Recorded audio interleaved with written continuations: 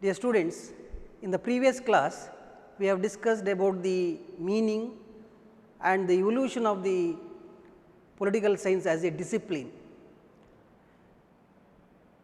So, in the previous class I discussed about the how the subject it evolved as a discipline. Who studied political science for the first time? Who is the father of political science? Which are the various ancient books which mentions about the politics and administrations? What is the root word of political science? What does it mean? And also I discussed about the Greek city states. So, that all things we have discussed in the previous class. Now, today I will discuss about the nature of political science.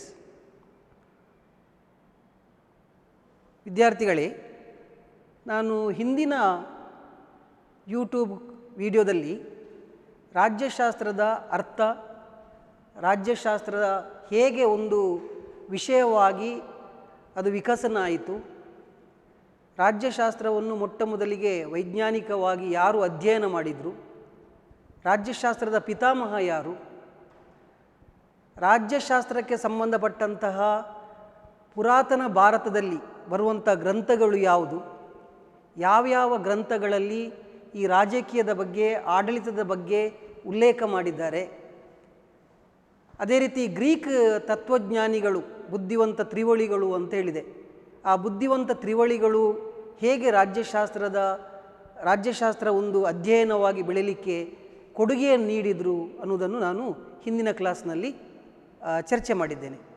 ಅದೇ ರೀತಿ ರಾಜ್ಯಶಾಸ್ತ್ರದ ಪಿತಾಮಹ ಬರೆದಂಥ ಪುಸ್ತಕ ಯಾವುದು, ರಾಜ್ಯಶಾಸ್ತ್ರದ ಮೂಲ ಪದ ಯಾವುದು, ಆ ಮೂಲ ಪದದ ಅರ್ಥ ಏನು, ಗ್ರೀಕ್ ನಗರ ರಾಜ್ಯಗಳು ಯಾವುದು, ಆ ಗ್ರೀಕ್ ನಗರ ರಾಜ್ಯಗಳ ಆಡಳಿತ ವ್ಯವಸ್ಥೆ ಹೇಗಿತ್ತು, ಸೊ ಎನ್ನುವುದರ ಬಗ್ಗೆ ನಾವು ಹಿಂದಿನ ಕ್ಲಾಸ್ನಲ್ಲಿ ನಾನು ಚರ್ಚೆ ಮಾಡಿದ್ದೇನೆ. ವಿದ್ಯಾರ್ಥಿಗಳೇ, ಇವತ್ತು ನಾನು ಈ ಯೂಟ್ಯೂಬ್ ಕ್ಲಾಸ್ನಲ್ಲಿ ಚರ್ಚಿಸುವಂಥ ವಿಷಯ ರಾಜ್ಯಶಾಸ್ತ್ರದ ಸ್ವರೂಪ. ಅದಕ್ಕಿಂತ ಮುಂಚೆ ನೀವು ತಿಳ್ಕೊಳ್ಬೇಕಾದಂತಹ ಇನ್ನೊಂದು ಬಹಳ ಮುಖ್ಯವಾದದ್ದು ಏನಂತ ಹೇಳಿದರೆ, ಈ ರಾಜ್ಯಶಾಸ್ತ್ರಕ್ಕೆ ಸಂಬಂಧಪಟ್ಟಂಥ ವ್ಯಾಖ್ಯಾನಗಳು ಯಾವುದು. ಏನು ವ್ಯಾಖ್ಯಾನಗಳು ಅಂತೇಳಿದರೆ? ವ್ಯಾಖ್ಯಾನಗಳಂತೇಳಿದರೆ ಬೇರೆ ಬೇರೆ ರಾಜಕೀಯ ಚಿಂತಕರು ರಾಜ್ಯಶಾಸ್ತ್ರ ಅಂದರೆ ಏನು ಅನ್ನೋದರ ಬಗ್ಗೆ ನೀಡಿದಂತಹ ಅವರ ಅಭಿಪ್ರಾಯಗಳನ್ನೇ ನಾವೇನಂತ ಕರೀಬೋದು, ವ್ಯಾಖ್ಯಾನಗಳು ಅಂತ ಕರೀಬೋದು. So students, today before I am starting the nature of political science, I will discuss the various definitions given by the various political philosophers and thinkers to narrate the subject of or to describe the subject of political science. The definitions are, they are nothing but they are the various opinions given by the political thinkers and political philosophers regarding the subject of political science. Now, if you understand these definitions, it will definitely help you to understand the meaning of political science in better way. So, in the previous class I told what is political science means. Political science means, political science is a subject which studies about the state, government, laws and political activities of the human being in an organized society.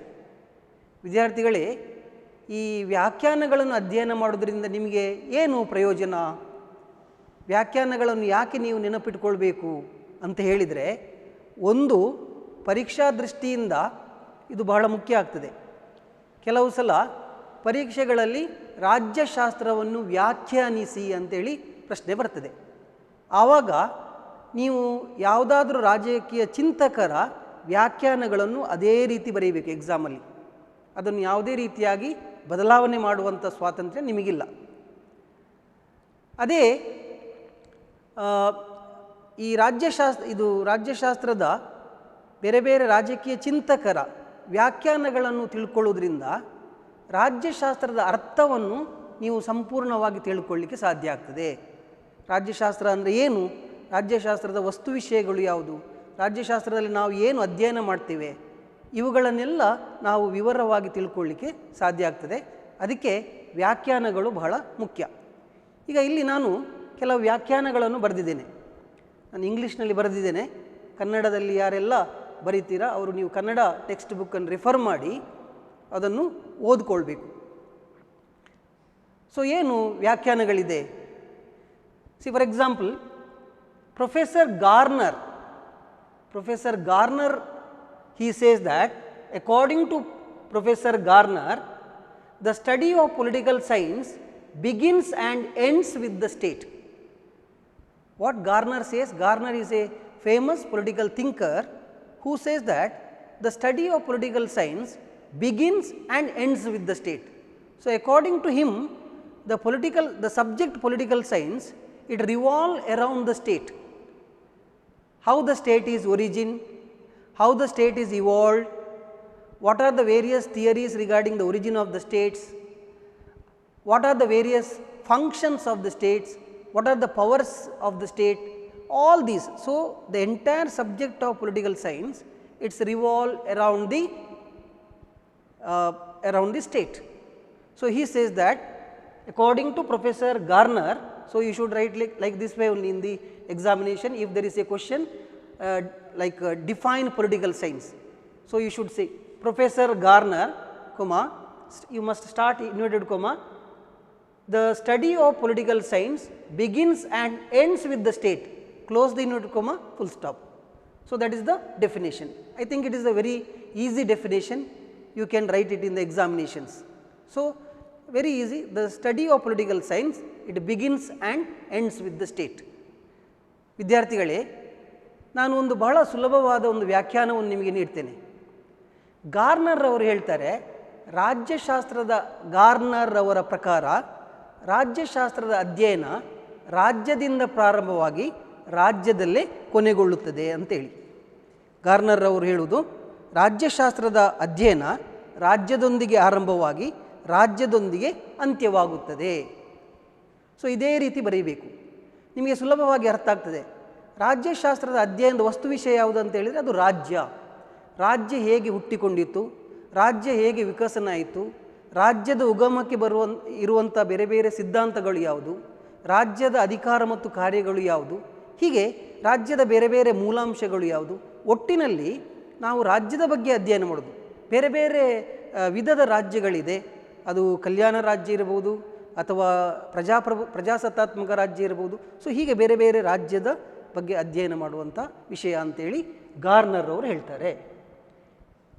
ನಾವು will go to the another definition according to Paul Janet ಅನ್ನುವಂತಹ ಇನ್ನೊಬ್ಬ ರಾಜಕೀಯ ಚಿಂತಕ, ಅವರು ರಾಜ್ಯಶಾಸ್ತ್ರ ಅಂದರೆ ಏನು ಅಂತ ಹೇಳ್ತಾರೆ. So according to Paul Janet, political science is that part of social science which treats the foundation of the state and principles of government. Students, please understand, political science is that part of social science. In the previous class I told, political science, it belongs to the social science.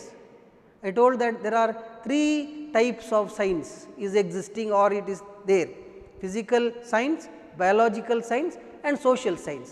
Where our subject it comes under the category of social science. So why it comes under the social science? Because it studies about the political activities of human being. So Paul Janet says that political science is that part of social science which treats the foundation of the state, So what is the foundation for the study of political science? It is a state around which only the subject it revolves.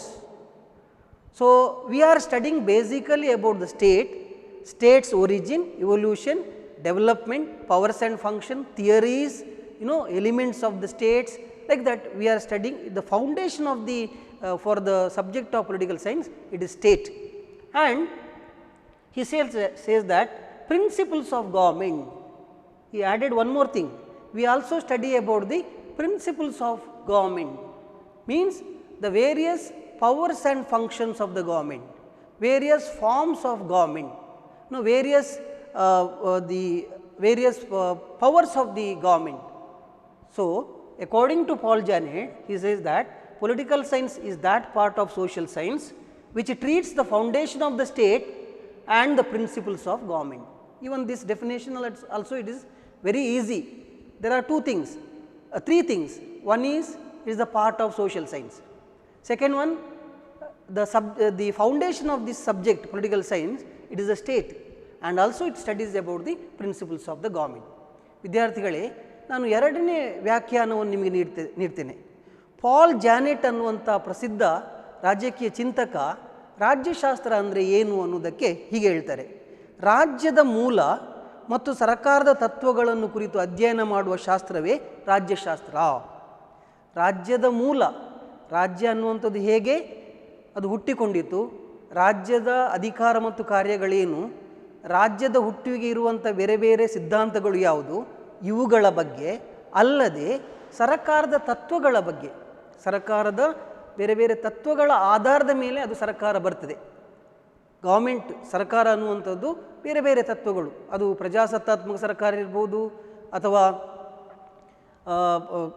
ನಿರಂಕುಶ ಸರ್ವಾಧಿಕಾರ ಇರ್ಬೋದು, ಅಥವಾ ಸಂಸದೀಯ ಮಾದರಿ ಸರ್ಕಾರ ಇರ್ಬೋದು, ಅಧ್ಯಕ್ಷ ಮಾದರಿ ಸರ್ಕಾರ ಇರ್ಬೋದು, ಏಕಾತ್ಮಕ ಸರ್ಕಾರ ಇರ್ಬೋದು, ಸಂಯುಕ್ತ ಸರ್ಕಾರ, ಹೀಗೆ ಬೇರೆ ಬೇರೆ ಈ ಸರ್ಕಾರದ ತತ್ವಗಳನ್ನು ಕುರಿತು ಅಧ್ಯಯನ ಮಾಡುವಂಥ ಒಂದು ಶಾಸ್ತ್ರವನ್ನೇ ರಾಜ್ಯಶಾಸ್ತ್ರ ಅಂತೇಳಿ ಪಾಲ್ ಜಾನೆಟ್ ಹೇಳ್ತಾರೆ. ಸೊ ಇದು ಇಲ್ಲಿ 3 ಇಂಪಾರ್ಟೆಂಟ್ ವಿಷಯ. ಒಂದು, ಈ ನಮ್ಮ ರಾಜ್ಯಶಾಸ್ತ್ರ ಅನ್ನುವಂಥದ್ದು ಸಮಾಜ ವಿಜ್ಞಾನದ ಒಂದು ಭಾಗವಾಗಿದೆ. ಎರಡನೇದ್ದು, ನಮ್ಮ ರಾಜ್ಯಶಾಸ್ತ್ರದ ಅಡಿಪಾಯ ಯಾವುದಂದರೆ ರಾಜ್ಯ, ಅಲ್ಲದೆ ನಾವು ಸರ್ಕಾರದ ತತ್ವಗಳನ್ನು ಸಹ ಇಲ್ಲಿ ಅಧ್ಯಯನ ಮಾಡ್ತೇವೆ ಅಂತೇಳಿ ಪಾಲ್ ಜಾನೆಟ್ ಹೇಳ್ತಾರೆ. ಈಸಿ ಉಂಟಲ್ಲ? ಸೊ ಎರಡನೇ ಡೆಫಿನೇಷನ್ಸ್. ಮೂರನೇ ಡೆಫಿನೇಷನ್ ಹೇಳ್ತಾರೆ ಗ್ಯಾರಿಸ್ ಅನ್ನುವಂಥ ಇನ್ನೊಬ್ಬ ರಾಜಕೀಯ ಚಿಂತಕ. According to Garris, what he says, political science deals with the origin, development, purpose and all political problems of state. So this is little bit wider, or it has the large meaning comparing to the other definitions, where he expands the subject matter of political science into different fields. So according to Garris, he says that political science deals with the origin, development, purpose and political problems of the states. So origin, I already discussed how the state is origined, that he says. Development of the states, in the ancient period we had a state called police state, while the present state form is known as the welfare state. So there are the state has evolved, so that is that development of the state. Purpose, what is the purpose of the state? I told the present states are their welfare state. The state is looking after a person, or the state is looking after a man or a human being from the birth to till death. It gives lots of help for a person to develop as a human being, as a civilized person. So the purposes are different. The purpose of the state of India and the purpose of the state of Uttara Korea or North Korea, it is entirely different. So we must understand here, not only we are studying about the origin and development, but also the purpose of the state and the political problems. It is wider, it has wider meaning. So what are the various problems, challenges are faced by the state, that also we are discussing. The problems from each state to state that differs. Terrorism, it may be a problem to India, may not be a problem to any other country, for South Africa or Nigeria, or it may be a universal problem. So the various challenges and problems faced by the state also it is included. So ಗ್ಯಾರಿಸ್ನವರು ಏನು ಹೇಳ್ತಾರೆ? ಗ್ಯಾರಿಸ್ನವರ ಪ್ರಕಾರ ರಾಜ್ಯಶಾಸ್ತ್ರ ಅಂದರೆ ಏನು? ರಾಜ್ಯದ ತಳಹದಿ, ಪ್ರಗತಿ, ಧ್ಯೇಯೋದ್ದೇಶ, ಮತ್ತು ಅದರ ಎಲ್ಲ ರಾಜಕೀಯ ಸಮಸ್ಯೆಗಳ ಅಧ್ಯಯನವೇ ರಾಜ್ಯಶಾಸ್ತ್ರ. ಇವರು ಒಂದು ವಿಸ್ತಾರವಾದಂಥ ಒಂದು ರಾಜ್ಯಶಾಸ್ತ್ರದ ಅಧ್ಯಯನದ ವಸ್ತು ವಿಷಯವನ್ನು ಸ್ವಲ್ಪ ವಿಸ್ತಾರಗೊಳಿಸ್ತಾರೆ. ಅವ್ರು ಹೇಳ್ತಾರೆ, ರಾಜ್ಯದ ತಳಹದಿಯ ಬಗ್ಗೆ ನಾವು ಅಧ್ಯಯನ ಮಾಡ್ತೇವೆ, ಆಮೇಲೆ ರಾಜ್ಯದ ಪ್ರಗತಿಯ ಬಗ್ಗೆ ಅಧ್ಯಯನ ಮಾಡ್ತೇವೆ, ರಾಜ್ಯದ ಧ್ಯೇಯೋದ್ದೇಶಗಳ ಬಗ್ಗೆ ಅಧ್ಯಯನ ಮಾಡ್ತೇವೆ ಅಲ್ವಾ, ಆಮೇಲೆ ಅದರ ರಾಜಕೀಯ ಸಮಸ್ಯೆಗಳ ಬಗ್ಗೆ ಅಧ್ಯಯನ ಮಾಡುವ ಶಾಸ್ತ್ರವನ್ನೇ ರಾಜ್ಯಶಾಸ್ತ್ರ ಅಂತ ಕರೀತೇವೆ ಅಂತ ಹೇಳ್ತಾರೆ ಅಲ್ವಾ. ನಾವು ಒಂದೊಂದು ರಾಜ್ಯಕ್ಕೆ ಒಂದೊಂದು ಧ್ಯೇಯೋದ್ದೇಶಗಳಿರ್ತದೆ. ಫಾರ್ ಎಕ್ಸಾಂಪಲ್, ಭಾರತದ ಧ್ಯೇಯೋದ್ದೇಶವನ್ನು ಎಲ್ಲಿ ಉಲ್ಲೇಖ ಮಾಡಿದ್ದಾರೆ ಅಂದರೆ ಹೇಳಿದರೆ, ನಮ್ಮ ಸಂವಿಧಾನದ ಪೂರ್ವ ಪೀಠಿಕೆ ಇದೆ, ಅಲ್ಲಿ ನಮ್ಮ ಧ್ಯೇಯೋದ್ದೇಶವನ್ನು ಹೇಳಿದ್ದಾರೆ. ಭಾರತ ಒಂದು ಪ್ರಜಾಸತ್ತಾತ್ಮಕ ಸಮಾಜವಾದ, ಜಾತ್ಯತೀತ, ಪ್ರಜಾಸತ್ತಾತ್ಮಕ ಗಣರಾಜ್ಯವಾಗಿದೆ ಅಂತೇಳಿ. ಸೊ ಒಂದೊಂದು ರಾಜ್ಯಕ್ಕೆ ಒಂದೊಂದು ರೀತಿಯಾದಂಥ ಧ್ಯೇಯೋದ್ದೇಶಗಳಿದೆ. ಆ ಧ್ಯೇಯೋದ್ದೇಶ, ರಾಜಕೀಯ ಸಮಸ್ಯೆಗಳು ಬೇರೆ ಬೇರೆ, ಒಂದೊಂದು ದೇಶಕ್ಕೆ ಒಂದೊಂದು ರೀತಿಯಾದಂಥ ಸಮಸ್ಯೆಗಳಿದೆ. ಕೆಲವು ದೇಶಗಳಿಗೆ ಗಡಿ ಸಮಸ್ಯೆ ಆದರೆ, ಇನ್ನು ಕೆಲವು ದೇಶಗಳಿಗೆ ಭ್ರಷ್ಟಾಚಾರ ಸಮಸ್ಯೆ, ಇನ್ನು ಕೆಲವು ದೇಶಗಳಿಗೆ ಇದು ಲಂಚ ಅಥವಾ ಭ್ರಷ್ಟಾಚಾರ ಅನ್ನುವಂಥದ್ದು ಸಮಸ್ಯೆ ಆಗ್ಬೋದು, ಭಯೋತ್ಪಾದನೆ ಸಮಸ್ಯೆ ಆಗ್ಬೋದು. ಹೀಗೆ ಬೇರೆ ಬೇರೆ ಸಮಸ್ಯೆಗಳು ಒಂದು ರಾಜ್ಯಕ್ಕೆ ಬರ್ತದೆ. ಆ ರಾಜ್ಯ ಹೇಗೆ ಆ ಸಮಸ್ಯೆಗಳನ್ನು ಬಗೆಹರಿಸ್ತದೆ, ಅದಕ್ಕೆ ಬೇಕಾದಂಥ ಪರಿಹಾರಗಳನ್ನು ಕಂಡುಹುಡುಕ್ತದೆ, ಆ ಸಮಸ್ಯೆಗಳು ಯಾವುದು, ಅದಕ್ಕೆ ಕಾರಣಗಳೇನು, ಅದು ಬರಲಿಕ್ಕೆ ಏನು ಬೇರೆ ಬೇರೆ ರೀತಿಯಾದಂತಹ ರೀಸನ್ಸ್ ಏನು. ಸೊ ಇದನ್ನೆಲ್ಲ ಅಧ್ಯಯನ ಮಾಡೋದೇ ರಾಜ್ಯಶಾಸ್ತ್ರ ಅಂತ ಕರಿತೇವೆ. ಸ್ವಲ್ಪ ವೈಡರ್ ಡೆಫಿನೇಷನ್ಸ್, ಸ್ವಲ್ಪ ವಿಸ್ತಾರವಾಗಿ ರಾಜ್ಯಶಾಸ್ತ್ರದ ಅರ್ಥವನ್ನು ಹೇಳ್ತಾರೆ. ಕ್ಲಿಯರ್? ಇನ್ನೊಂದು ಕ್ಯಾಟಲಿನ್ ಅನ್ನುವರು ಹೇಳ್ತಾರೆ. ಕ್ಯಾಟಲಿನ್ ರಾಜ್ಯಶಾಸ್ತ್ರ ಅಂದರೆ ಏನು? According to Catlin, political science is the study of the political activities of human beings. It's very easy.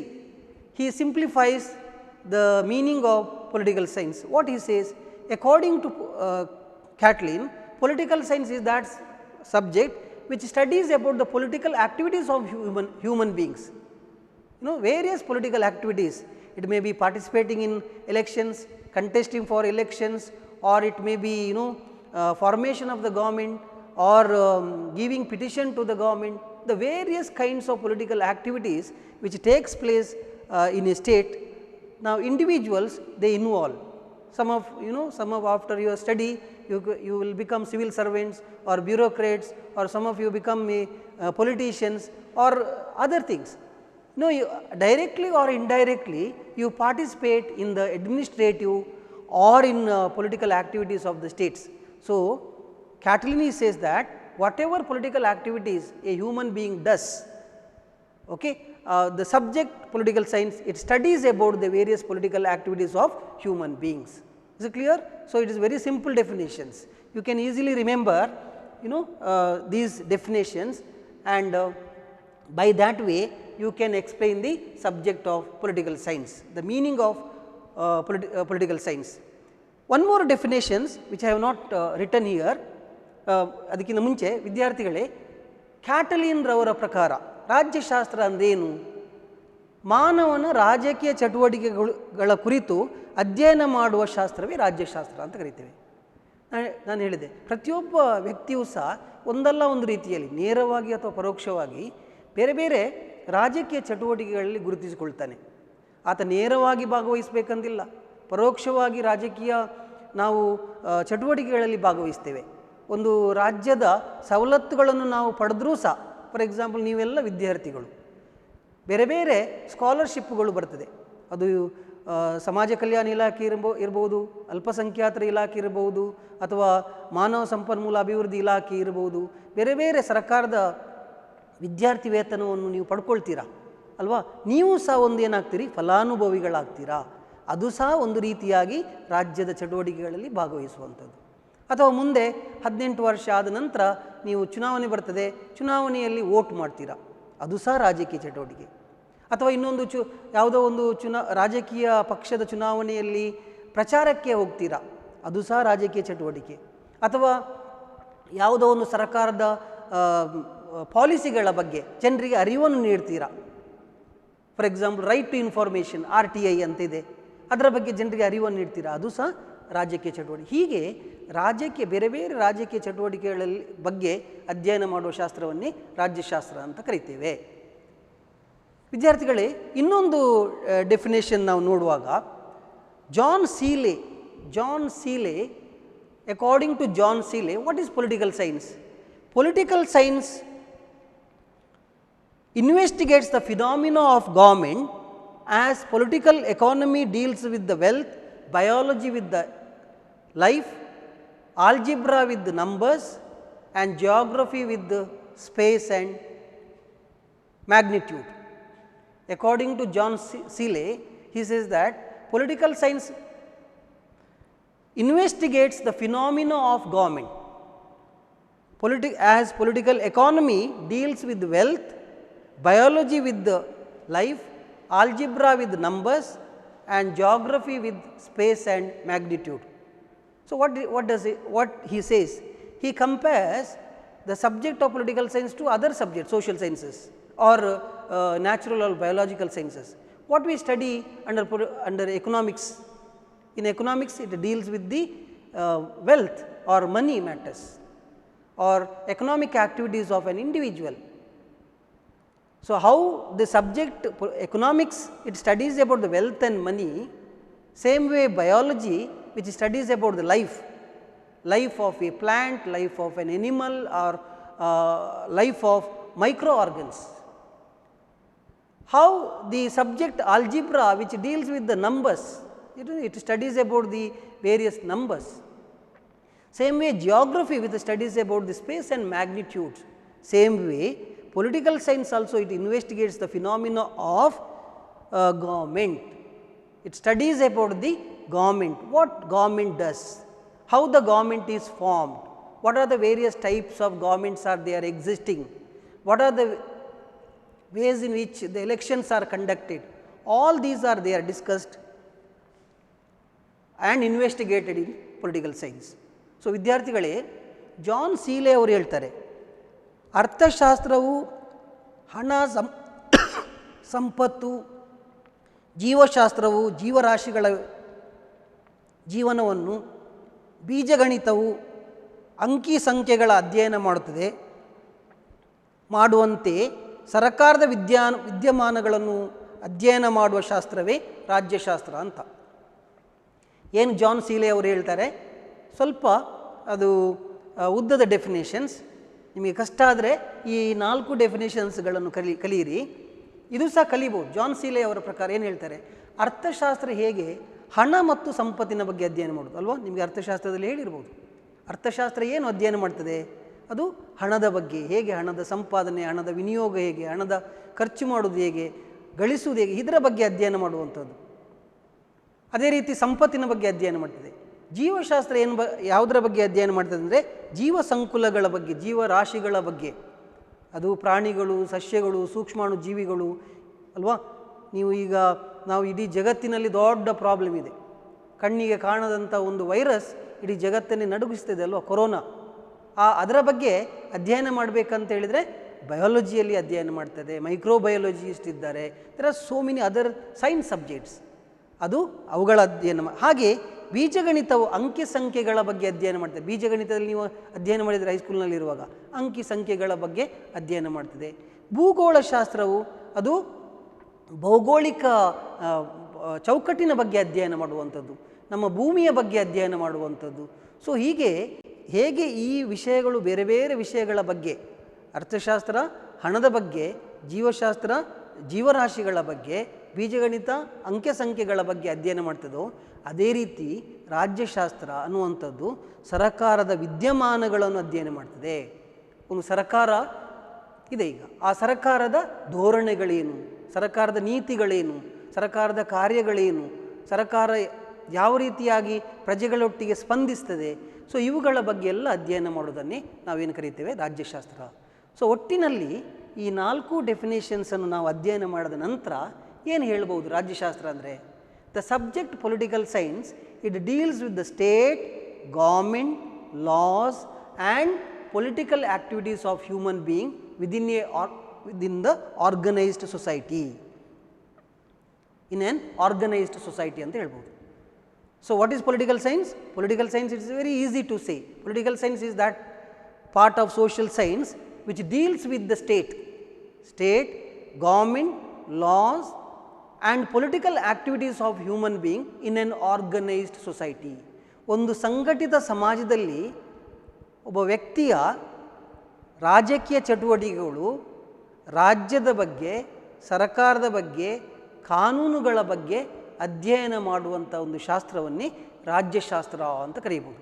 ವಿದ್ಯಾರ್ಥಿಗಳೇ, ಇದನ್ನು ನೀವು ಗಟ್ಟಿಯಾಗಿ ಅರ್ಥ ಮಾಡಿಕೊಂಡ್ರೆ ನಿಮ್ಮ ಜೀವನದ ಉದ್ದಕ್ಕೂ ರಾಜ್ಯಶಾಸ್ತ್ರ ನೀವು ಅಧ್ಯಯನ ಮಾಡ್ತಾ ಹೋದ ಹಾಗೆ ಇದು ನಿಮಗೆ ಇನ್ನೂ ಸ್ಪಷ್ಟವಾಗಿ ಆಗ್ತಾ ಹೋಗ್ತದೆ. ಸೊ ಇದು ಅರ್ಥ ನೀವು ಗಟ್ಟಿಯಾಗಿ ಕಲಿತುಕೊಳ್ಬೇಕು. ರಾಜ್ಯಶಾಸ್ತ್ರ ಅಂದರೆ ಏನು? ರಾಜ್ಯಶಾಸ್ತ್ರ ಅನ್ನುವಂಥದ್ದು ಒಂದು ಸಮಾಜ ವಿಜ್ಞಾನದ ಒಂದು ಭಾಗ. ಅದು ಮನುಷ್ಯನ ಅಥವಾ ಒಬ್ಬ ಮಾನವನ ರಾಜಕೀಯ ಚಟುವಟಿಕೆಗಳ ಬಗ್ಗೆ ಅಧ್ಯಯನ ಮಾಡ್ತದೆ. ಅದರಲ್ಲಿ ರಾಜ್ಯದ ಬಗ್ಗೆ, ಸರ್ಕಾರದ ಬಗ್ಗೆ, ಕಾನೂನುಗಳ ಬಗ್ಗೆ, ಹೀಗೆ ಬೇರೆ ಬೇರೆ ರಾಜಕೀಯ ಚಟುವಟಿಕೆಗಳ ಬಗ್ಗೆ ಅಧ್ಯಯನ ಮಾಡುವಂಥ ಒಂದು ಶಾಸ್ತ್ರವನ್ನೇ ರಾಜ್ಯಶಾಸ್ತ್ರ ಅಂತ ಕರಿತೇವೆ. Is it clear? So this is the various definitions of political science. Dear students, now we will discuss about the nature of political science. So in the nature, what I am going to discuss, whether scientific methods can be adopted to study political science or not, or whether political science can be studied under the science stream or in the art stream. So that matter we are going to discuss under the nature. ವಿದ್ಯಾರ್ಥಿಗಳೇ, ರಾಜ್ಯಶಾಸ್ತ್ರದ ಸ್ವರೂಪ ಅಂದರೆ ಏನು? ಈ ರಾಜ್ಯಶಾಸ್ತ್ರವನ್ನು ವೈಜ್ಞಾನಿಕ ವಿಧಾನಗಳನ್ನು ಅಳವಡಿಸಿಕೊಂಡು ವಿಜ್ಞಾನದಲ್ಲಿ ಹೇಗೆ ಅಧ್ಯಯನ ಮಾಡ್ತಾರೋ ಹಾಗೆ ಅಧ್ಯಯನ ಮಾಡಲಿಕ್ಕೆ ಸಾಧ್ಯ ಉಂಟಾ ಇಲ್ವಾ? ಅಥವಾ ರಾಜ್ಯಶಾಸ್ತ್ರ ಅದು ಕಲೆಯ ಅನ್ನೋದರ ಬಗ್ಗೆ ಚರ್ಚೆ ಮಾಡುವುದನ್ನೇ ರಾಜ್ಯಶಾಸ್ತ್ರದ ಸ್ವರೂಪ ಎಂದು ಕರೀತೇವೆ. ಸೊ ಇಲ್ಲಿ ನಾವು ರಾಜ್ಯಶಾಸ್ತ್ರ ಹೇಗೆ ಅದು ಬೆಳೆದು ಬಂದಿದೆ ಅನ್ನೋದರ ಬಗ್ಗೆ ಸ್ವಲ್ಪ ಕೂಲಂಕುಷವಾಗಿ ನಾವು ನೋಡಬೇಕಾಗ್ತದೆ. ರಾಜ್ಯಶಾಸ್ತ್ರ ಅನ್ನುವಂಥದ್ದು ಅಥವಾ ರಾಜ್ಯ ಸರ್ಕಾರಗಳು ಹೇಗೆ ಹುಟ್ಟಿಕೊಂಡಿದ್ದವು, ಯಾಕೆ ಹುಟ್ಟಿಕೊಂಡವು ಅಂತ ಅನ್ನೋದನ್ನು ನಾವು ನೋಡಿದರೆ ರಾಜ್ಯಶಾಸ್ತ್ರದ ಸ್ವರೂಪ ನಮಗೆ ಅರ್ಥ ಆಗ್ತದೆ. ಈಗ ಸ್ವರೂಪ ಅಂತ ಹೇಳಬೇಕಾದ್ರೆ, ಈಗ ನಿಮ್ಮ ಕ್ಲಾಸ್ನಲ್ಲಿ ಯಾವುದಾದ್ರೂ ಒಬ್ಬ ವಿದ್ಯಾರ್ಥಿಯನ್ನು ವರ್ಣಿಸಿ ಅಂತೇಳಿ ನಿಮ್ಮ ಅಧ್ಯಾಪಕರು ಅಥವಾ ಉಪನ್ಯಾಸಕರು ಹೇಳ್ಬೋದು. ನೀವು ಅವರ ಸ್ವಭಾವವನ್ನು ವಿವರಣೆ ಮಾಡ್ತೀರಲ್ವ? ಹಾಗೆ ನಮ್ಮ ವಿಷಯವನ್ನು ನಾವು ಅರ್ಥ ಮಾಡಿಕೊಳ್ಬೇಕಾದ್ರೆ ಆ ರಾಜ್ಯಶಾಸ್ತ್ರವು ಅದು ವಿಜ್ಞಾನದ ಅಡಿಯಲ್ಲಿ ಬರ್ತದಾ, ವೈಜ್ಞಾನಿಕ ವಿಧಾನಗಳನ್ನು ಅಳವಡಿಸಿಕೊಂಡು ರಾಜ್ಯಶಾಸ್ತ್ರವನ್ನು ಅಧ್ಯಯನ ಮಾಡ್ಬೋದಾ, ಅಥವಾ ಕಲೆಯಾಗಿ ಅಧ್ಯಯನ ಮಾಡಬಹುದಾ ಅನ್ನೋದನ್ನು ಚರ್ಚೆ ಮಾಡೋದನ್ನೇ ಸ್ವರೂಪ ಅಂತ ಕರಿತೇವೆ. ನಮ್ಮ ರಾಜ್ಯಶಾಸ್ತ್ರದ ಪಿತಾಮಹ ಅರಿಸ್ಟಾಟಲ್ ಮನುಷ್ಯನ ಬಗ್ಗೆ ಒಂದು ಅಭಿಪ್ರಾಯವನ್ನು ವ್ಯಕ್ತಪಡಿಸ್ತಾರೆ. Man is A social animal. he has to live in the society. According to Aristotle, he says that he gives a opinion. I quote here, a man who is unable to live in society must be either a beast or God. Means whoever human being, he says that I can live without the society. He must be either a God or beast. According to Aristotle, he says that a man who can live without society, he can be either a beast or God. What does it mean? See, all of us, to fulfill our various demands, to fulfill our various desires, to meet our various requirements, we must live in the society. We are getting lots of help from the society side. Education, it may be educations. When we are as children, we get affection from the family, we get protection from the family. After that we get educations, after the education we get employment, after that security. All these are, it is given by the society itself. So we must live in the society to fulfill our all requirements, all our desires. We must live in the society. We know that only the during ancient period, only the sannyasis or what we call rishis, they were living in the forest. Saints, they were living in the forest. But as a human being, civilized person, you cannot live without the society. Therefore, he says that man is a social animal. Aristotle further he says that man is a political being, he is a political animal. Why he says that political animal? When he lives in the society, he involves himself in the various activities of the society, various administrative or in the political activities of the society. When he involves himself in the society to meet his requirements, what happens? Sometimes he starts with quarrels with others. So, Aristotle or Thomas Hobbes, he says about the human nature, a human being is a jealousy, he is nasty, he is selfish. All human beings, we are basically we are selfish, we are jealous about others and we struggle with others. Why we struggle with others? Whenever whatever we wanted to get, suppose if we do not get, we fight others, we fight with others and we will ultimately succeed to get that things whatever we required. So, there will be quarrels. So, Aristotle he says that not only a political being, he is also quarrelsome animal, he quarrels with others. You may be in the class, you may quarrel for several things, even for simple things, pen, book or for the sitting place or various reasons we quarrel. Sometime it may be very petty quarrels, sometime it will may be in a very big quarrels, it happens for property, wealth, various reasons. So, he is a quarrelsome animal. Suppose if these quarrels continues, what happens in the society? Whether we can live peacefully? No, there will be no peace, there will be no order, there will be no system.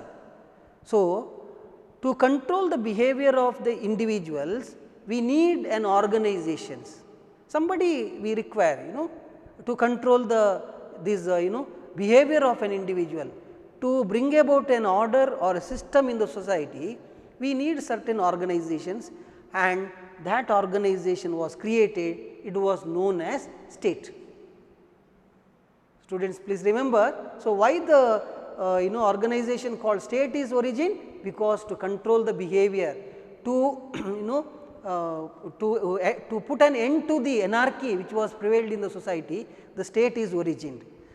Now, to execute the policies of the state, an agency was created which is known as government. State itself it cannot act. So, there is another agency it was required, that is called as government. Now, government how it controls the external behavior of the individuals, that is through the laws. The government it frames various rules and regulations or laws to control the external behavior of individuals. So, in the society when there was an anarchy, to bring about an order, an organization called state developed.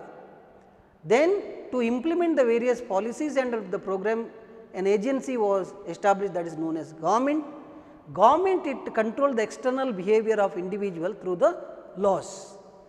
So, our subject political science, it studied about the organization of the state, government, laws and political activities of human being. The subject which studied about all these factors, which is known as political science.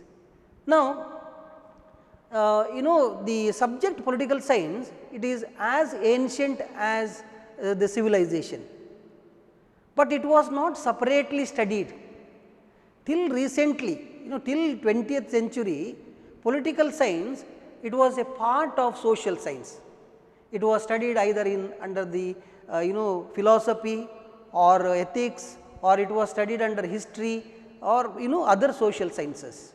So, it was not an independent subject. Till 20th century it was studied under the various social sciences.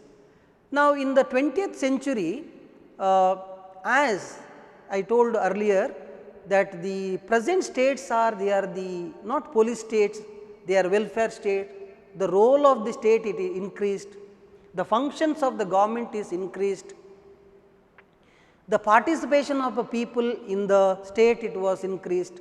So, instead of police state, welfare state it is developed. As the activities of the state is increased, the subject matter of the political science also it is widened.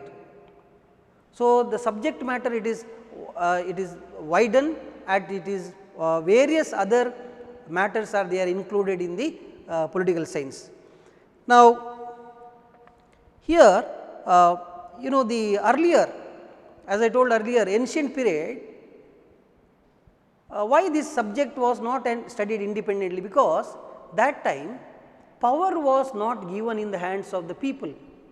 In earlier time our states were ruled by the kings or emperors or philosophers or the various theocrats where they were ruling. Power was not at all given to the common people. There was no opportunity for common people to participate in the affairs of the state. So, it was the administration matter was very far away from the common people.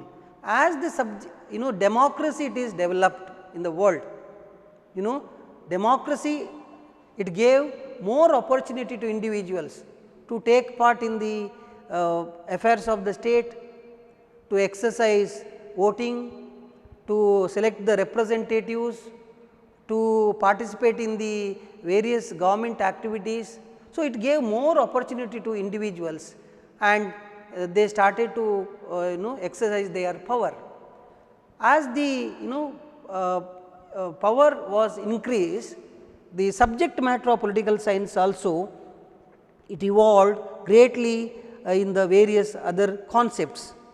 So, the political science created a consciousness and among the people to participate in the administrations. So, over the years political science has developed into an independent discipline, especially after 20th century onwards. The subject of political science it developed as an independent subject. Now, is political science is a science? So, that is the main question arises here, whether political science can be studied like physics or chemistry or astronomy or biology, whether the scientific methods can be adopted or not. Regarding this, there are two views. Some of the political thinkers they say that political science is a pure science. Some of the political thinkers they do not agree, political science is not at all a science, it is the most backward of all arts. It belongs to social science or arts, it never cannot be studied in a scientific method. Now, who are the political thinkers?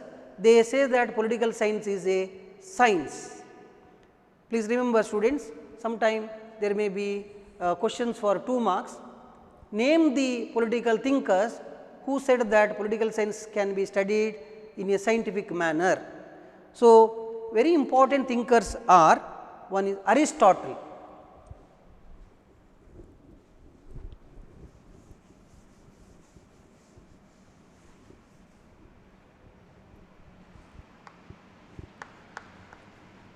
Political science is a science. Who all said? Aristotle, father of political science, Aristotle. Then Jean Bodin,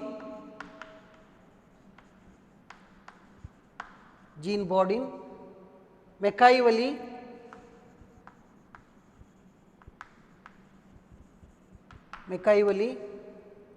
then Montesquieu, you might have been knowing. Montesquieu is a very important political philosopher who influenced the French Revolution. Montesquieu,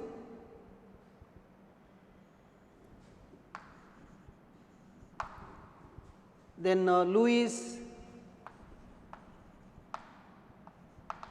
and Blavatsky. bluntishly. So these are the political thinkers. They purely supported that political science, it belongs to the science. Aristotle says that political science is the master of all sciences. It is the master of all sciences. It is the supreme science. So scientifically it can be studied. I told in the previous class, no, scientifically for the first time political science was studied by Aristotle.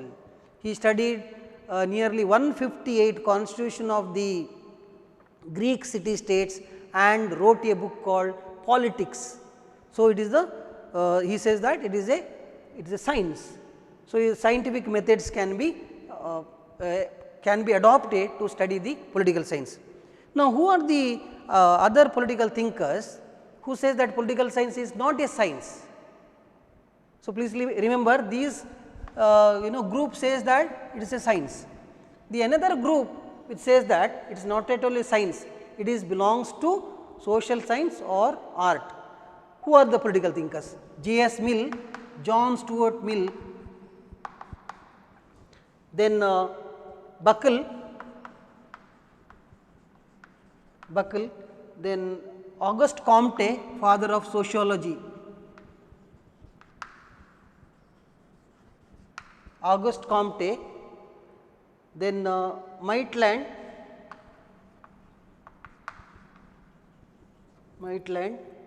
James Bryce,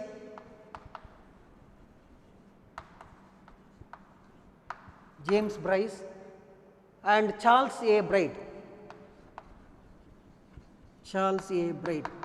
They said that political science not at all belong to the part of science, it is an art. So students, please remember these are the political thinkers. They said that it is not an science. So these are the two categories. ವಿದ್ಯಾರ್ಥಿಗಳೇ, ನಾನು ಸ್ವರೂಪದ ಬಗ್ಗೆ ಹೇಳ್ತಿದ್ದೆ, ರಾಜ್ಯಶಾಸ್ತ್ರದ ಸ್ವರೂಪ ಏನು ಅಂತೇಳಿ. ರಾಜ್ಯಶಾಸ್ತ್ರದ ಸ್ವರೂಪವನ್ನು ನೀವು ತಿಳ್ಕೊಳ್ಬೇಕಾದ್ರೆ ಅರಿಸ್ಟಾಟಲ್ ನೀಡಿದಂಥ ಒಂದು ವ್ಯಾಖ್ಯಾನವನ್ನು ನೀವು ಸರಿಯಾಗಿ ಅರ್ಥ ಮಾಡಿಕೊಳ್ಬೇಕು. ಅರಿಸ್ಟಾಟಲ್ ಹೇಳ್ತಾರೆ ಮಾನವ ಸಮಾಜ ಜೀವಿ ಅಂತ. ಯಾಕೆ ಸಮಾಜ ಜೀವಿ ಅಂತ ಕರೀತಾರೆ ಅಂತ ಹೇಳಿದರೆ, ಮಾನವ ಈ ಸಮಾಜವನ್ನು ಬಿಟ್ಟು ಬದುಕಲಾರ. ಸಮಾಜವನ್ನು ಬಿಟ್ಟು ನಾನು ಬದುಕ್ತೇನೆ ಅಂತ ಯಾರು ಹೇಳ್ತಾನ, ಅರಿಸ್ಟಾಟಲ್ ಹೇಳ್ತಾರೆ ಅವರು ಒಂದೋ ದೆವ್ವವಾಗಿರಬೇಕು ಅಥವಾ ದೇವರಾಗಿರಬೇಕು ಅಂತ. ಯಾಕೆ ಹಾಗೆ ಹೇಳ್ತಾರೆ? ಯಾಕೆಂದರೆ ನೋಡಿ, ನೀವು ಒಂದು ದಿವಸ ನಮಗೆ ಬೆಸ್ಟ್ ಎಕ್ಸ್ಪೀರಿಯೆನ್ಸ್ ಆಗಿದೆ ಲಾಕ್ಡೌನ್ ಪೀರಿಯಡಲ್ಲಿ, ಕೊರೋನಾದ ಈ ವೈರಸ್ ಟೈಮಲ್ಲಿ ಲಾಕ್ಡೌನ್ ಆದಾಗ ನಮ್ಮ ಮನೆಯಲ್ಲೇ ನಾವು ಬಂಧನ ಆಗಿದ್ದಾಗ ಎಷ್ಟು ಕಷ್ಟಪಟ್ಟಿದ್ದೇವೆ. ಒಂದು ದಿವಸ ಹೊರಗಡೆ ಬರದಿದ್ದರೆ ಹೇಗೆ ನಾವು ಕಷ್ಟಪಟ್ಟಿದ್ದೇವೆ ಅನ್ನೋದನ್ನು ನಾವೆಲ್ಲರೂ ಅರಿತಿದ್ದೇವೆ. ಸಪೋಸ್ ಜೀವನ ಪರ್ಯಂತ ನಾವು ಒಬ್ಬಂಟಿಗನಾಗಿ ನಾನು ಇರ್ತೇನೆ ಅಂತ ಹೇಳಿದರೆ ಆಗ್ತದಾ? ಬಹಳ ಕಷ್ಟ. ಸನ್ಯಾಸಿಗಳಿಗೆ, ಋಷಿಗಳಿಗೆ ಇವರಿಗೆ ಮಾತ್ರ ಆಗ್ಬೋದೇ ಹೊರತು ಮನುಷ್ಯರಿಗೆ, ಒಬ್ಬ ನಾಗರಿಕನಿಗೆ ಸಮಾಜವನ್ನು ಬಿಟ್ಟು ಬದುಕಲಿಕ್ಕೆ ಭಾಳ ಕಷ್ಟ. ಹಾಗಾದರೆ ಈ ಸಮಾಜ ಯಾಕೆ ಬೇಕು ನಮಗೆ? ಸಮಾಜ ನಮಗೆ ಬೇಕಾದಂತಹ ನಮ್ಮ ಏನು ಆಸೆ ಆಕಾಂಕ್ಷೆಗಳಿದೆ, ಬೇಡಿಕೆಗಳಿದೆ, ನಮಗೆ ಏನು ರಕ್ಷಣೆ, ಭದ್ರತೆ, ಇದನ್ನೆಲ್ಲ ಈ ಸಮಾಜ ಒದಗಿಸ್ತದೆ. ಅದಕ್ಕೋಸ್ಕರ ಈ ಸಮಾಜದಲ್ಲಿ ನಾವು ಬದುಕಬೇಕಾಗ್ತದೆ. ಈ ಸಮಾಜದಲ್ಲಿ ಬದುಕುವಾಗ ಅರಿಸ್ಟಾಟಲ್ ಹೇಳ್ತಾನೆ ಮನುಷ್ಯ ಒಬ್ಬ ರಾಜಕೀಯ ಜೀವಿ ಸಹ ಅಂತ. ಯಾಕೆ ರಾಜಕೀಯ ಜೀವಿ ಅಂತ ಹೇಳಿದರೆ, ಈ ಸಮಾಜದಲ್ಲಿ ಬೇರೆ ಬೇರೆ ಚಟುವಟಿಕೆಗಳನ್ನು ಮಾಡ್ತಿರಬೇಕಾದ್ರೆ ಅವ ರಾಜಕೀಯ ಚಟುವಟಿಕೆಗಳಲ್ಲಿಯೂ ಸಹ ತೊಡಗಿಕೊಳ್ತಾನೆ. ಅವನು ಸಮಾಜದಲ್ಲಿ ತನ್ನ ಆಸೆ ಆಕಾಂಕ್ಷೆಗಳನ್ನು ಈಡೇರಿಸಬೇಕಂತ ಹೇಳಿದರೆ ಅವನು ಇನ್ನೊಬ್ಬರೊಟ್ಟಿಗೆ ಜಗಳ ಮಾಡಬೇಕಾಗ್ತದೆ. ಅವನು ಇನ್ನೊಬ್ಬರೊಟ್ಟಿಗೆ ಅಸೂಯೆಯನ್ನು ಪಡ್ತಾನೆ.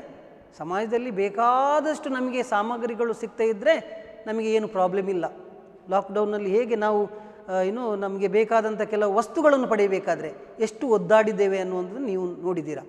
ಹಾಲು, ಮೊಸರು ಅಥವಾ ಬೇರೆ ನಮಗೆ ದಿನನಿತ್ಯದ ಅಗತ್ಯ ವಸ್ತುಗಳು ಏನು ಬೇಕು ಅದನ್ನು ಪಡೆಯಬೇಕಾದ್ರೆ ಜನ ಒದ್ದಾಡಿದನ್ನು ನೀವು ಲಾಕ್ಡೌನ್ ನೋಡಿದ್ದೀರಾ ಅಲ್ವಾ? ಹಾಗೆ ಯಾವಾಗ ಸಮಾಜದಲ್ಲಿ ಬದುಕ್ತಿರಬೇಕಾದ್ರೆ ಆತ ಇನ್ನೊಬ್ಬರೊಟ್ಟಿಗೆ ಏನಾಗ್ತಾನೆ, ಜಗಳ ಮಾಡ್ತಾ ಇರ್ತಾನೆ, ಇನ್ನೊಬ್ಬರೊಟ್ಟಿಗೆ ಪೈಪೋಟಿ ಮಾಡ್ತಾನೆ. ಇನ್ನೊಬ್ಬರೊಟ್ಟಿಗೆ ಅಸೂಯೆಯನ್ನು ಪಡಿತಾನೆ. ಅವರಿಗೆ ಇಷ್ಟು ಬಂದಿದೆ, ಅವರಿಗೆ ಹಾಗೆ ಇದೆ, ನಾವು ಅಸೂಯೆ ಪಡುತ್ತೇವೆ. ಅದಕ್ಕೆ ಹೇಳ್ತಾರೆ, ಥಾಮಸ್ ಹಾಬ್ಸ್ ಅನ್ನುವಂಥ ಒಬ್ಬ ರಾಜಕೀಯ ಚಿಂತಕ ಹೇಳ್ತಾರೆ, ಮನುಷ್ಯ ಹುಟ್ಟಿನಿಂದಲೇ ಅವನು ಸ್ವಾರ್ಥಿಯಾಗಿರ್ತಾನೆ, ಜಗಳಗಂಟಿಯಾಗಿರ್ತಾನೆ, ಅಸೂಯೆಯನ್ನು ಪಡುವಂಥ ಒಬ್ಬ ವ್ಯಕ್ತಿಯಾಗಿರ್ತಾನೆ ಅಂತೇಳಿ.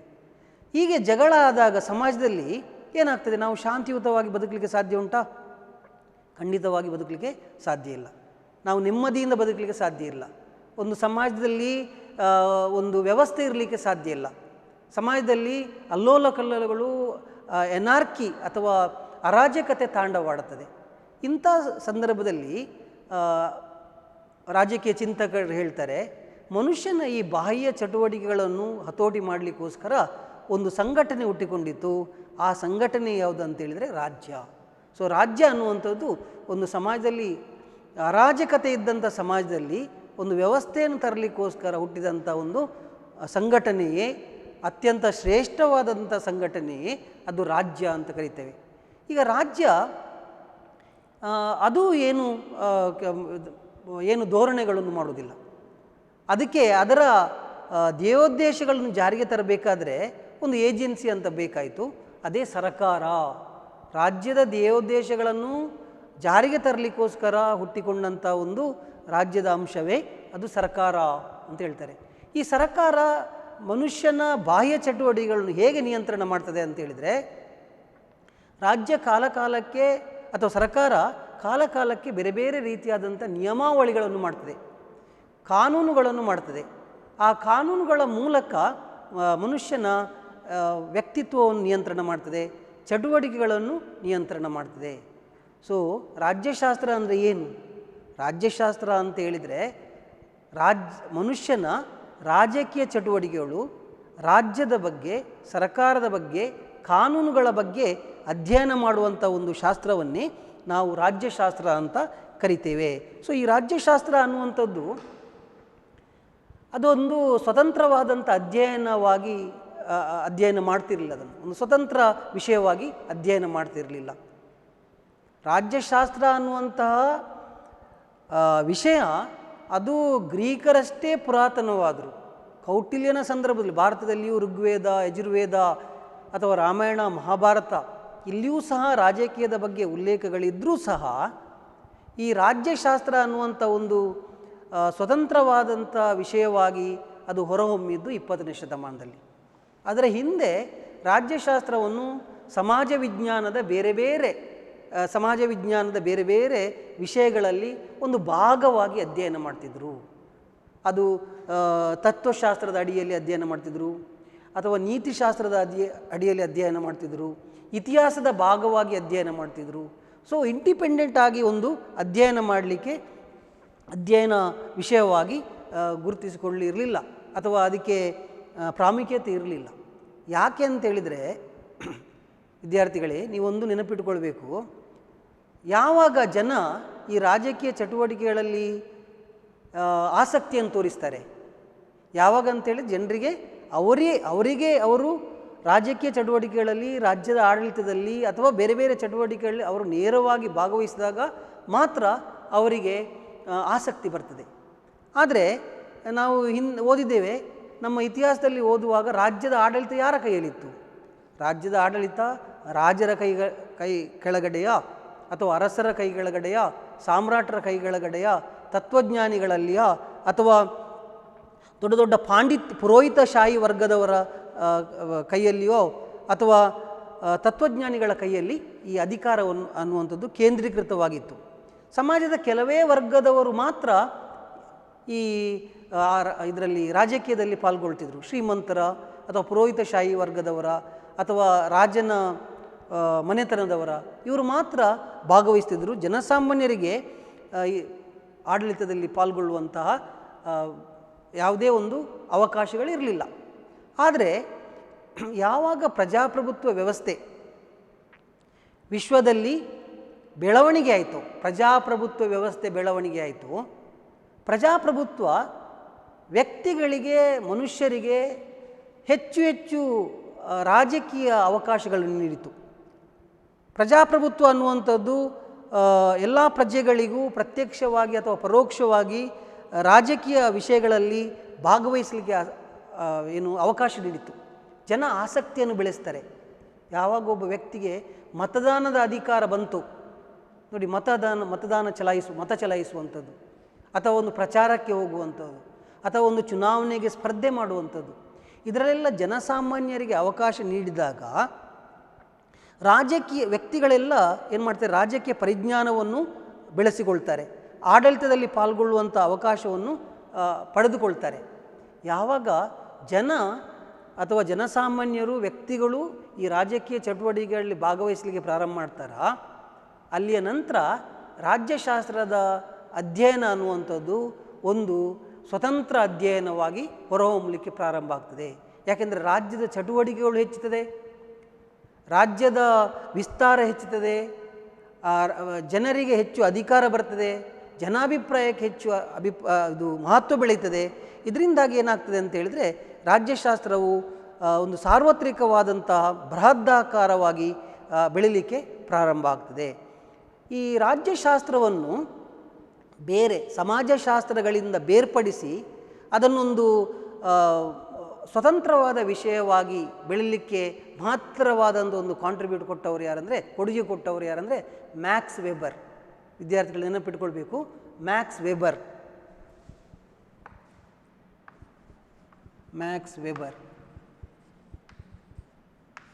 ಮ್ಯಾಕ್ಸ್ ವೆಬರ್ ಅನ್ನುವಂಥ ಒಬ್ಬ ರಾಜಕೀಯ ಚಿಂತಕ ಅಥವಾ ಶಾಸ್ತ್ರಜ್ಞ. ಅವ್ರು ಏನು ಮಾಡ್ತಾರೆ ಅಂದರೆ, ಈ ರಾಜ್ಯಶಾಸ್ತ್ರವನ್ನು ಸಮಾಜ ವಿಜ್ಞಾನಗಳಿಂದ ಬೇರ್ಪಡಿಸಿ, ಇತಿಹಾಸದಿಂದ ಅಥವಾ ಸಮಾಜಶಾಸ್ತ್ರದಿಂದ ಅಥವಾ ತತ್ವಶಾಸ್ತ್ರದಿಂದ ಬೇರ್ಪಡಿಸಿ ಅದನ್ನೊಂದು ಸ್ವತಂತ್ರ ವಿಷಯವನ್ನಾಗಿ ಬೋಧನೆ ಮಾಡಲಿಕ್ಕೆ ಅಥವಾ ಸ್ವತಂತ್ರ ವಿಷಯವಾಗಿ ಬೆಳೀಲಿಕ್ಕೆ ಬಹಳ ಪ್ರಾಮುಖ್ಯವಾದ ಕಾಂಟ್ರಿಬ್ಯೂಷನ್ಸ್ ಕೊಟ್ಟವರು. ಈಗ ಈ ರಾಜ್ಯಶಾಸ್ತ್ರವನ್ನು ಅಧ್ಯಯನ ಮಾಡುವಾಗ ಯಾವ ವಿಧಾನವನ್ನು ಅಳವಡಿಸಿಕೊಳ್ಬೇಕು ನೋಡಿ. ನಮ್ಮ ವಿಷಯಕ್ಕೆ ಅಲ್ಲಿ ಪೊಲಿಟಿಕಲ್ ಸೈನ್ಸ್ ಅಂತ ಹೇಳಿ ಹೆಸರಿದೆ, ಸೈನ್ಸ್. ಹಾಗಾದರೆ ನಮ್ಮ ವಿಷಯ ವಿಜ್ಞಾನದ ಅಡಿಯಲ್ಲಿ ಬರ್ತದಾ ಇಲ್ವಾ, ಅಥವಾ ಇದನ್ನು ಕಲೆಯ ಅಡಿಯಲ್ಲಿ ಅಧ್ಯಯನ ಮಾಡುವುದಾ ಅನ್ನುವಂಥ ಒಂದು ಪ್ರಶ್ನೆ ಬರ್ತದೆ. ಸೊ ರಾಜಕೀಯ ಚಿಂತಕರಲ್ಲೇ ಇದರಲ್ಲಿ ಭಿನ್ನಾಭಿಪ್ರಾಯಗಳಿದೆ. ಒಂದು ವರ್ಗದ ರಾಜಕೀಯ ಚಿಂತಕರು ಇದನ್ನು ವಿಜ್ಞಾನದ ಮಾದರಿಯಲ್ಲಿ ಅಧ್ಯಯನ ಮಾಡಬಹುದು ಅಂತ ಹೇಳಿದರೆ, ಇನ್ನೊಂದು ವರ್ಗದವರು ಅದನ್ನು ವಿರೋಧ ಮಾಡ್ತಾರೆ. ಯಾರೆಲ್ಲ ರಾಜ್ಯಶಾಸ್ತ್ರವನ್ನು ವಿಜ್ಞಾನದ ಮಾದರಿಯಲ್ಲಿ ಅಧ್ಯಯನ ಮಾಡಬಹುದು ಅಂತ ಹೇಳಿದರೆ ಅದಕ್ಕೆ ಬೆಂಬಲಿಸಿದವರು ಒಂದು ನಮ್ಮ ರಾಜ್ಯಶಾಸ್ತ್ರ ಪಿತಾಮಹ ಅರಿಸ್ಟಾಟಲ್ ಹೇಳ್ತಾರೆ, ರಾಜ್ಯಶಾಸ್ತ್ರವು ಒಂದು ಉತ್ಕೃಷ್ಟವಾದ ವಿಜ್ಞಾನವಾಗಿದೆ, ಒಂದು ಶ್ರೇಷ್ಠವಾದಂಥ ವಿಜ್ಞಾನವಾಗಿದೆ.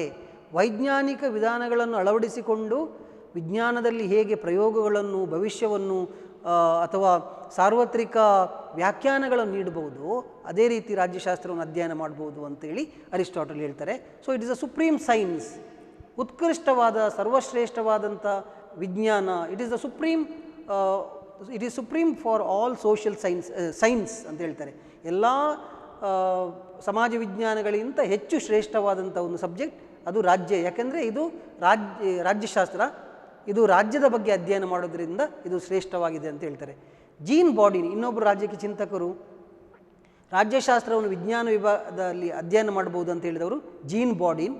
ಇನ್ನೊಬ್ಬರು ಮೆಕಾಯಿವಲಿ, ನಾನು ಹೇಳಿದೆ ಮೆಕಾಯಿವಲಿ ಮಾಡರ್ನ್ ಪೊಲಿಟಿಕಲ್ ಥಿಂಕರ್. ನಮ್ಮ ರಾಜ್ಯಶಾಸ್ತ್ರಕ್ಕೆ ಒಂದು ಆಧುನಿಕ ಇದು ಪರಿವ್ಯಾಖ್ಯವನ್ನು ಕೊಟ್ಟವರು ಮೆಕಾಯಿವಲಿ. ಅವರು ಬರೆದಂಥ ಪುಸ್ತಕ ದ ಪ್ರಿನ್ಸ್ ಅನ್ನುವಂಥ ಪುಸ್ತಕ. ಸೊ ಅಲ್ಲಿ ಅವ್ರು ಹೇಳ್ತಾರೆ ವೈಜ್ಞಾನಿಕ ವಿಧಾನಗಳನ್ನು ಅಳವಡಿಸಿಕೊಂಡು ರಾಜ್ಯಶಾಸ್ತ್ರವನ್ನು ಅಧ್ಯಯನ ಮಾಡ್ಬೋದು. ಇನ್ನೊಬ್ಬರು ಮಾಂಟೆಸ್ಕ್ಯೂ, ಫ್ರೆಂಚ್ ರೆವಲ್ಯೂಷನ್ ಆಗಲಿಕ್ಕೆ ಫ್ರೆಂಚ್ ರೆವಲ್ಯೂಷನ್ಗೆ ಅವನ ತತ್ವಗಳು ಏನಾಗಿದ್ದವು ಅದು ಬೆಂಬಲವಾಯಿತು. ಅವರು ಮಾಂಟೆಸ್ಕ್ಯೂ, ಇನ್ನೊಂದು Louis and Bluntschli, these are the political thinkers. ಇವರೆಲ್ಲ ಏನು ಹೇಳ್ತಾರೆ ಅಂತ ಹೇಳಿದರೆ ರಾಜ್ಯಶಾಸ್ತ್ರವನ್ನು ವೈಜ್ಞಾನಿಕ ವಿಧಾನದಲ್ಲಿ ಅಧ್ಯಯನ ಮಾಡಬಹುದು ಅಂತ.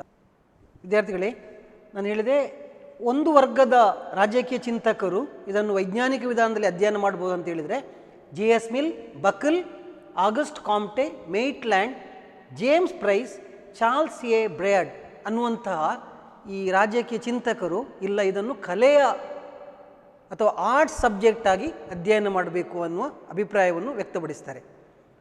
ಸೊ ಇಲ್ಲಿ ಬರುವಂಥ ಪ್ರಶ್ನೆ, ರಾಜ್ಯಶಾಸ್ತ್ರ ವಿಜ್ಞಾನವೇ ಅಥವಾ ಕಲೆಯೇ ಅನ್ನುವಂಥದ್ದು. ಸೊ ವಿಜ್ಞಾನ ಅಲ್ಲ ಅಂತ ಹೇಳಲಿಕ್ಕೆ ಮೊದಲು ನಾವು ಚರ್ಚೆ ಮಾಡುವ, ವಿಜ್ಞಾನ ಯಾಕೆ ಅಲ್ಲ ಅಂತೇಳಿ, ರಾಜ್ಯಶಾಸ್ತ್ರ ಯಾಕೆ ವಿಜ್ಞಾನ ಅಲ್ಲ? Why political science is not a science? So I will write some of the very important points here, why political science is not a science.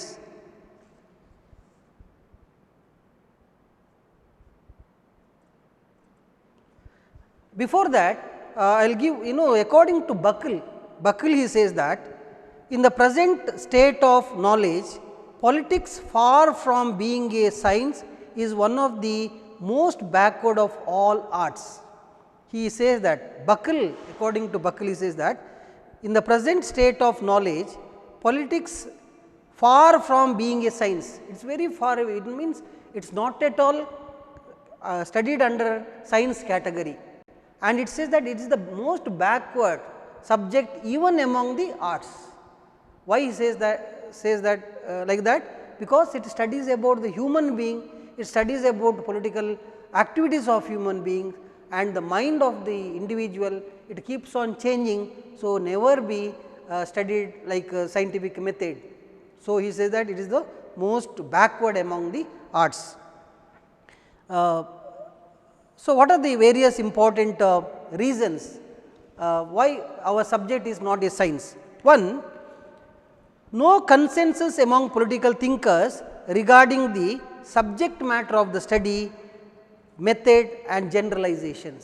So one of the reason why political science is not a science, because there is no consensus among political thinkers regarding the subject matter of our study. What is our subject matter? Whether we are studying political problems, whether we are studying about the the various forms of government, what are the subject matter regarding that? There is no consensus. Some says that we study about theories, international relations, public administrations or political socialization, political economy, like that there are various opinions are there. Why and also the methods to study the political science. There are different methods they are adopted to study political science, even regarding that there is no single opinion, and even generalizations regarding the meaning of democracy or socialism or capitalism. We cannot give a single definition to define these concepts. So one of the very important reason why political science is not a science, because there is no consensus among the political thinkers regarding the subject matter, method and generalizations. Is it clear? So one of the very important, no consensus among political thinkers. Okay.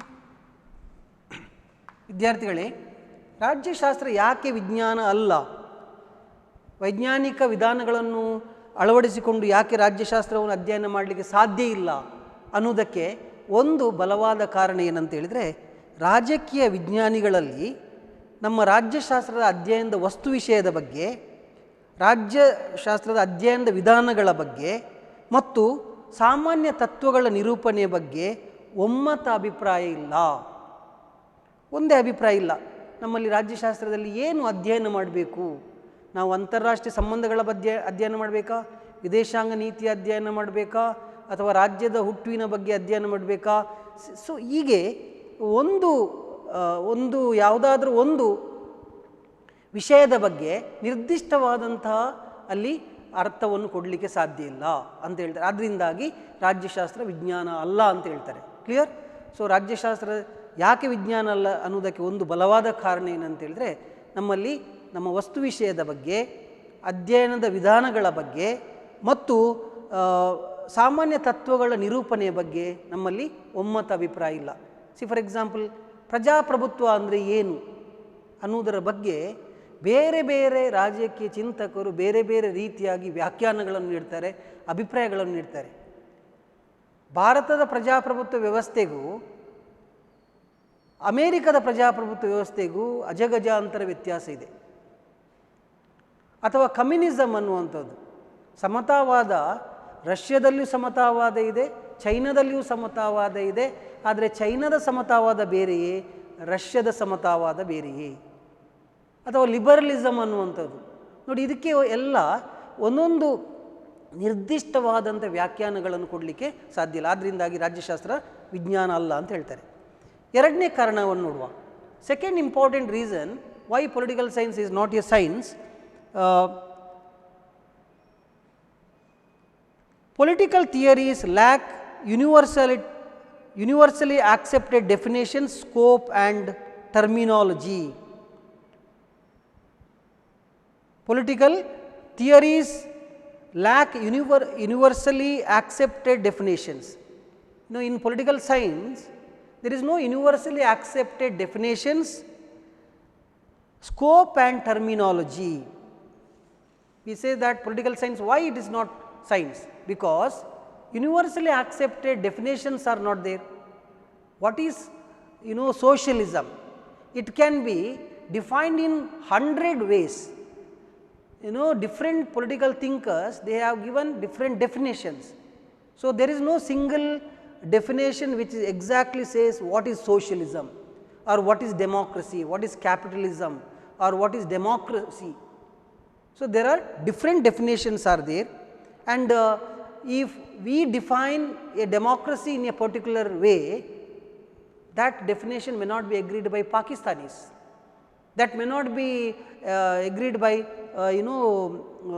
Americans. So there is universally accepted principles are not there, universally accepted terminologies are not there. Terms are they are different from country to country or from nation to nation.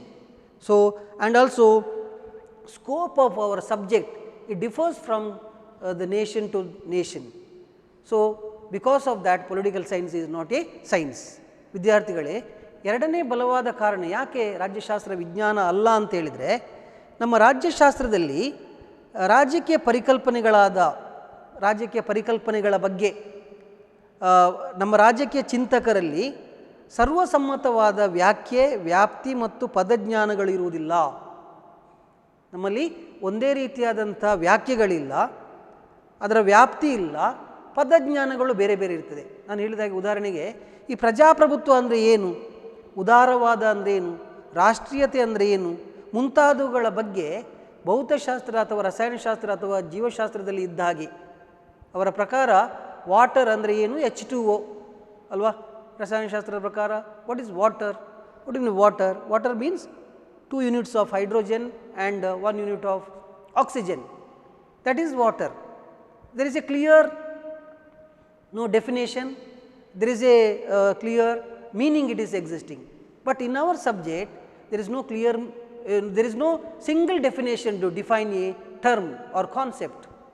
ನಮ್ಮ ರಾಜ್ಯಶಾಸ್ತ್ರದಲ್ಲಿ ಯಾವುದಾದ್ರೂ ಒಂದು ಪರಿಕಲ್ಪನೆಯನ್ನು ಇದೇ ಅದಕ್ಕೆ ವ್ಯಾಖ್ಯಾನ, ಇದೇ ಅದರ ಅರ್ಥ ಅಂತೇಳಿ ನಾವು ಡಿಫೈನ್ ಮಾಡಲಿಕ್ಕೆ ಸಾಧ್ಯ ಇಲ್ಲ. ಅದಕ್ಕಾಗಿ ರಾಜ್ಯಶಾಸ್ತ್ರ ವಿಜ್ಞಾನ ಅಲ್ಲ ಅಂತ ಹೇಳ್ತಾರೆ.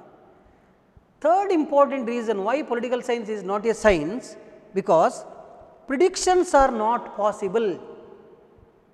ಇನ್ science they predict what happens after 1 year, or when the lunar eclipse occurs, when the solar eclipse occurs, when there may be earthquake, or when there may be a natural disaster, when rain comes. All these predictions it possible in the science subjects. They exactly predict what happens next.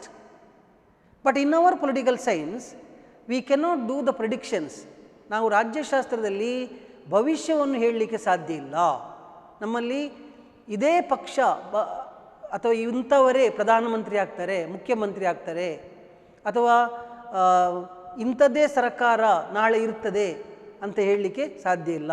ಅಥವಾ ಈ ಸರ್ಕಾರ ಇದೇ ರೀತಿಯಾದಂಥ ಒಂದು ಕಾನೂನುಗಳನ್ನು ಮಾಡ್ತದೆ, ಧೋರಣೆಗಳನ್ನು ಮಾಡ್ತದೆ ಅಂತೇಳಿ ನಾವು ಭವಿಷ್ಯವನ್ನು ಹೇಳಲಿಕ್ಕೆ ಸಾಧ್ಯ ಇಲ್ಲ. ಆದ್ದರಿಂದಾಗಿ ರಾಜ್ಯಶಾಸ್ತ್ರ ವಿಜ್ಞಾನ ಅಲ್ಲ ಅಂತ ಹೇಳ್ತಾರೆ.